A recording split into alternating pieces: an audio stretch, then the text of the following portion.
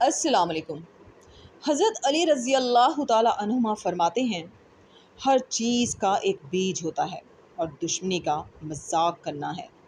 کم کھانا صحت ہے، کم بولنا سمجھداری ہے اور کم سونا عبادت ہے۔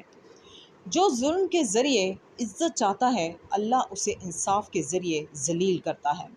برائی کو خود میں اور اچھائی کو دوسروں میں تلاش کرو۔ اسے اپنا راز کبھی مت بتاؤ جس کا کوئی راز تمہارے پاس نہ ہو۔ جو دکھ دے اسے چھوڑ دو، لیکن جس کو چھوڑ دو اسے دکھ نہ دو۔ ذلت اٹھانے سے بہتر ہے کہ تکلیف اٹھا لو۔ آج کا سبق شروع کرتے ہیں۔ پناہ مانگتی ہوں اللہ کی شیطان مردود سے۔ شروع اللہ کا نام لے کر جو بڑا مہربان نہایت رحم والا ہے۔ میرا مددگار تو اللہ ہی ہے جس نے کتاب برحق نازل کی، اور نیک لوگوں کا وہی دوستدار ہے۔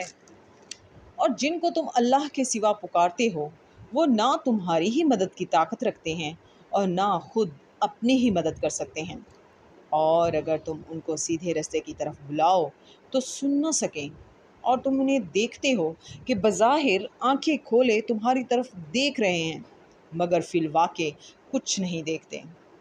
اے محمد صلی اللہ علیہ وسلم، عفو اختیار کرو اور نیک کام کرنے کا حکم دو اور جاہلوں سے کنارہ کر لو۔ اور اگر شیطان کی طرف سے تمہارے دل میں کسی طرح کا وسوسہ پیدا ہو تو اللہ سے پناہ مانگو، بے شک وہ سننے والا اور سب کچھ جاننے والا ہے۔ صدق اللہ العظیم۔